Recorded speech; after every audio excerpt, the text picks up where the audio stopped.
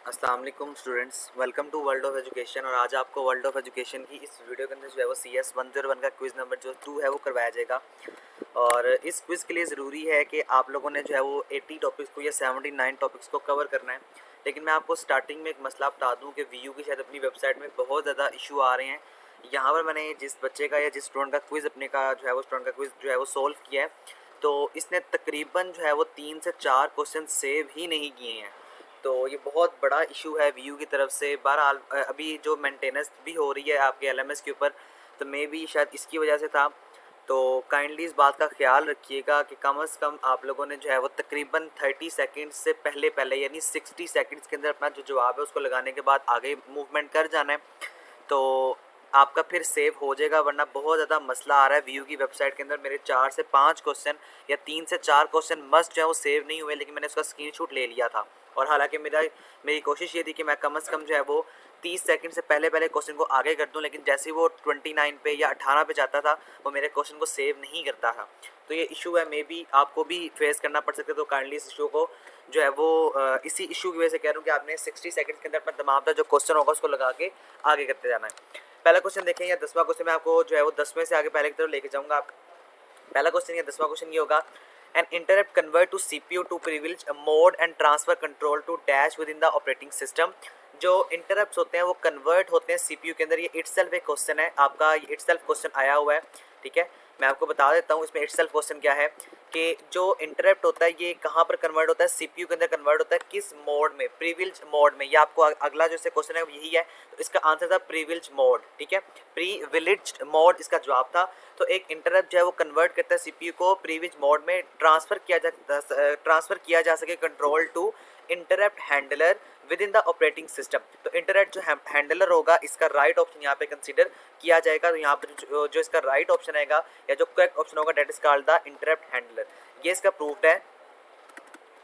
The interrupt convert to CPU, जो interrupt होता है वो कन्वर्ट करता है CPU को प्रीविलेज मोड के अंदर, और ये ट्रांसफर करता है कंट्रोल को टू द इंटरप्ट हैंडलर। तो यहाँ पे देखें जो इंटरप्ट हैंडलर इन्होंने आपको यहाँ पे MCQs की फॉर्म में या आंसर की फॉर्म में बताया हुआ था, तो यहाँ पर ये होगा। और with in the operating system, ये भी आपका इटसेल्फ एक क्वेश्चन है। थोड़ा सा क्विज मुश्किल था, लेकिन आपने अगर पढ़ा हुआ तो आपके लिए इंशाल्लाह मुश्किल नहीं होगी। नेक्स्ट क्वेश्चन देखें, ये देखें मैं भी आपको बता रहा था ना कि प्रीवियल जो है उसका जवाब बना हुआ है। तो बाय यूजिंग द CPU, अगर आप स्टार्ट करते हैं CPU पे फर्स्ट ऑफ ऑल एंटर्स, तो तमाम तर एंटर्स को या तमाम तर एंट्रीज को किस मोड में कन्वर्ट होना पड़ेगा, प्रीविलेज मोड में, ठीक है। मैंने आपको भी ये बताया भी था। तो यहाँ पर जो प्रीविलेज मोड होगा इसका राइट ऑप्शन कंसिडर किया जाएगा। तो मैंने आपको ये ऑलरेडी क्वेश्चन नंबर 10 के अंदर जो है वो बता दिया है।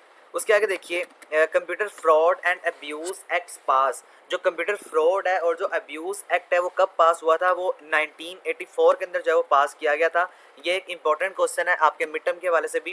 कंप्यूटर फ्रॉड क्या होता है ये भी आपका क्वेश्चन है, मैं लगता है तो आपको ये भी समझा देता हूँ। कंप्यूटर फ्रॉड का मतलब ये होता है कि जिस तरह मेरा एक अपना सॉफ्टवेयर है और मैंने अपना सॉफ्टवेयर अपने पार्टनर के साथ शेयर किया, तो मेरे पार्टनर ने क्या किया, मुझे धोखा दे के उसको ब्लैक मार्केट में बेच दिया या उसको उस अननोन बंदे को बेच दिया और उसे पैसे ले लिए। तो अब ये जो है ये कंप्यूटर फ्रॉड है, यानी मेरा बनाया हुआ सॉफ्टवेयर या मेरी बनाई हुई जो मेहनत थी, जो मैंने अपनी मेहनत से सॉफ्टवेयर बनाया था, उसको मेरे पार्टनर ने क्या किया है या किसी दूसरे बंदे ने उसको कि मेरी परमिशन के बगैर किसी को सेल आउट कर दिया और आगे वो इस्तेमाल कर रहा है। तो ये फ्रॉड हो गया। और अब्यूज़ का मतलब है कि बुरा भला कहना, जिस तरह कॉपीराइट क्लेम आ जाता है, कॉपीराइट एक्ट आ जाता है। तो ये तमाम चीज़ें जो है वो कंप्यूटर फ्रॉड में शामिल होती हैं। तो ये 1984 के अंदर जो है इसका जो कॉन्सेप्ट था या 1984 के अंदर जो है इसको क्रिएट किया गया था, एक्ट पास किया गया था। इसका भी प्रूफ मेरे पास अवेलेबल है। तो यहाँ पे देखें, पास इन 1984 कंप्यूटर का जो भी रिकॉर्ड था या जो भी ये एक्ट था ये पास किया गया था 1984 के अंदर। ओके, नेक्स्ट क्वेश्चन देखते हैं हम। वाइल सेंडिंग अ मैसेज, जब हम सेंड करते हैं मैसेज को, it is the dash layer responsibility to provide an address that is compatible with the internet infrastructure. वो कह रहा है कि जब आप मैसेज को सेंड करते हैं तो ये किसकी रिस्पॉन्सिबिलिटी होती है कि वो कंपैटिबल करे इंटरनेट के इंफ्रास्ट्रक्चर के साथ। तो ये बेसिकली एप्लीकेशन जो लेयर है उसकी रिस्पॉन्सिबिलिटी होती है। तो एप्लीकेशन जो होगा इसका यहाँ पर राइट ऑप्शन कंसीडर किया जाएगा, ठीक है। जब आप मैसेज को सेंड करते हैं तो ये बेसिकली एप्लीकेशन लेयर की रिस्पॉन्सिबिलिटी होती है कि ये आपको प्रोवाइड करता है एड्रेस को और कंपैटिबल बना देता है इंफ्रास्ट्रक्चर के साथ इंटरनेट के। तो application layer is the right option here. इसका प्रूफ भी मेरे पास अवेलेबल है। यहाँ पे देखें, application layer responsibility to provide an address ये एप्लीकेशन लेयर की रिस्पॉन्सिबिलिटी होती है कि वो कंपैटिबल रहता है विद द इंटरनेट जो इंफ्रास्ट्रक्चर है। पहली लाइन जो मैंने हाईलाइट की हुई है यहाँ पर आंसर देखें तो ये आपको एप्लीकेशन लेयर जो ये जवाब मिल जाएगा। Application layer is the right option here. Okay जी, नेक्स्ट क्वेश्चन देखते हैं हम। नेक्स्ट क्वेश्चन देखें तो आपको क्या बता रहा है, to control access to the printer. अगर आपने प्रिंटर को कंट्रोल करना है तो इसके लिए क्या आपको जो है वो रिक्वायर्ड होगा या क्यों, कौन आपको ये अलाउ करेगा? डेफिनेटली आपको ऑपरेटिंग सिस्टम अलाउ करेगा। ऑपरेटिंग सिस्टम क्या होता है? ऑपरेटिंग सिस्टम से मुराद ऐसा सिस्टम होता है जो हमारे कंप्यूटर को कंट्रोल कर रहा होता है। दिस मीन्स कि operating system is the right option here, ठीक है। और ये बात याद रखें, ये जो भी एमसीक्यूज आपसे पूछे जा रहे हैं ये आपसे पेपर के अंदर मस्ट पूछे जाने हैं, ठीक है। मिड टर्म के अंदर ये आ सकते हैं और ये आते भी हैं, तो इसको याद रखा करें जो भी कॉन्सेप्ट आपके साथ शेयर किया जाता है। अच्छा, इसका प्रूफ मेरे पास अवेलेबल है, ये देखें। तो control the printer the operating system must keep the track the whether the pointer has been या प्रिंटर हैज़ बीन अलोकेटेड। तो यहाँ पर जो ऑपरेटिंग सिस्टम ने आपको बताया ये वाला इसका प्रूफ है, आपकी बुक में भी लिखा हुआ है कि जो ऑपरेटिंग सिस्टम होगा इसका यहाँ पे राइट ऑप्शन जो है वो कंसिडर किया जाएगा। नेक्स्ट क्वेश्चन देखते हैं। तो सूडो कोड क्या है जी? Pseudo code is a language of algorithm. Pseudo code basically एक एल्गोरिदम है और ये इंपॉर्टेंट है मिड टर्म के हवाले से। आपके शॉर्ट क्वेश्चन, लॉन्ग क्वेश्चन बहुत ज़्यादा सूडो कोड से आते हैं। तो ये एल्गोरिदम है। एल्गोरिदम क्या होता है? एल्गोरिदम बेसिकली होता है सेट ऑफ स्टेप्स। जिस तरह मैंने आपसे कहा है कि आपने एक चाय को बनाना है तो आप क्या करेंगे, सबसे पहले आप जो है फ्लेम को ऑन करेंगे, फिर आप चूल्हे के ऊपर जो बर्तन है चाय वाला उसको रखेंगे, दूध डालेंगे, चीनी डालेंगे, पत्ती डालेंगे और एट द एंड आप उसको पकाएंगे और आपकी चाय तैयार हो जाएगी। तो ये बेसिकली जो स्टेप्स आपने किया, पहला स्टेप आपने फ्लेम को ऑन किया, फिर आपने बर्तन के ऊपर रखा, फिर मिल्क डाला, फिर वहाँ पर जो है वो चाय में चीनी डाली, पत्ती डाली, ये सेट ऑफ स्टेप्स हैं। तो बेसिकली ये एल्गोरिदम होता है। इसी तरह हम कंप्यूटर के अंदर भी करते हैं। ये देखें जी, एल्गोरिदम रिप्रेजेंटेशन सूडो कोड। आपको वैसे ये थ्योरी के अंदर नहीं मिलेगा, लेकिन यहाँ पे देखें मॉड्यूल नंबर 89 का जो मेन टॉपिक है वो क्या है। और हालांकि ये 79 तक था, लेकिन फिर भी व्यू ने अपनी एरर की वजह से या व्यू की तरफ से हमें ये क्वेश्चन मिला गया जो कि 89 अबव ऑफ द लेक्चर है या अबव ऑफ द टॉपिक है। अब देखिए एल्गोरिदम क्या है, ये रिप्रेजेंटेशन करता है सूडो कोड को। तो यहाँ से पता लग गया कि एल्गोरिदम है बेसिकली एक सूडो कोड, ठीक है। ये भी इंपॉर्टेंट क्वेश्चन है, इसको भी आपने याद रखना है। उसके आगे देखें जनाब, इथरनेट बेस्ड नेटवर्क फॉर बस topology makes use of CMSACA for transmitting messages. ये भी MCQ सेव नहीं हुआ, हालांकि मैंने इसको सेव करने की कोशिश की थी।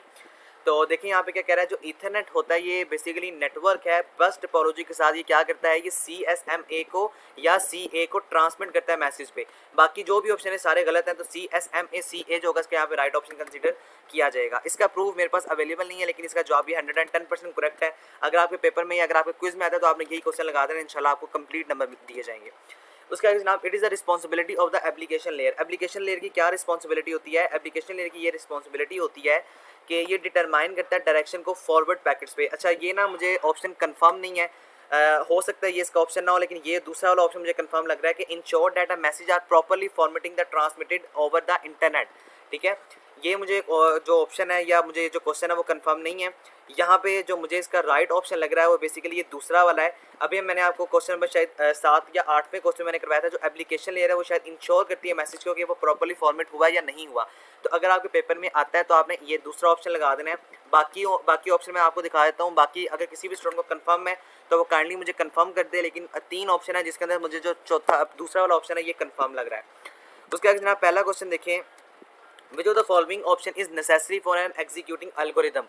क्या हमारे लिए ज़रूरी है कि हम एग्जीक्यूट करें एल्गोरिदम को? तो स्टार्टिंग, यानी ज़ाहिर बात है जिस तरह मैंने आपसे कहा कि आपने क्या करना है, आपने स्टार्ट करना है। स्टार्ट से मुराद कि आपने ये बताना है कि चाय किस तरह बननी है। तो चाय में सबसे पहले आपको मैं बताऊंगा ना, चाय बनाओ तो आप फ्लेम ऑन करेंगे। तो अब आप पहला स्टेप क्या है, स्टार्ट करना, ठीक है। अगर आपने एल्गोरिदम देखा हो तो सबसे पहले हम स्टार्ट करते हैं और आखिर में करते हैं। तो वो कह रहा है कि क्या ज़रूरी है जी, आप स्टार्ट करेंगे तो हमारा एल्गोरिदम स्टार्ट होगा, अदरवाइज हमारा एल्गोरिदम स्टार्ट जो है वो नहीं होगा। बस यहाँ तक आपका क्विज था जी। होपफुली आपको समझ आ चुका होगा। कोई चीज़ समझ नहीं आई मुझे कमेंट्स में ज़रूर बताइएगा। वैसे 110% ऑप्शन करेक्ट है। जो मैंने प्रूफ मिला है मैंने साथ साथ कोशिश की मैं आप लोगों के लिए प्रूफ भी, एविडेंस भी साथ साथ दिखाऊँ ताकि आपको पता चल सके कि हमारा क्वेश्चन जो है वो 110% ठीक है। बाकी एरर का मैंने आपको बता दिया, एरर का ख्याल रखिएगा। इसके अलावा प्लीज़ मेरे चैनल को सब्सक्राइब जरूर कीजिएगा। इंशाल्लाह ताला एज सून एज पॉसिबल मैं आपके साथ जो है वो आपका करंटली पेपर इसी चैनल के ऊपर शेयर करूँगा। तो इंशाल्लाह बहुत सारा फ़ायदा आपको आपके करंटली पेपर से भी हो जाएगा। Thank you so much. अल्लाह हाफिज़।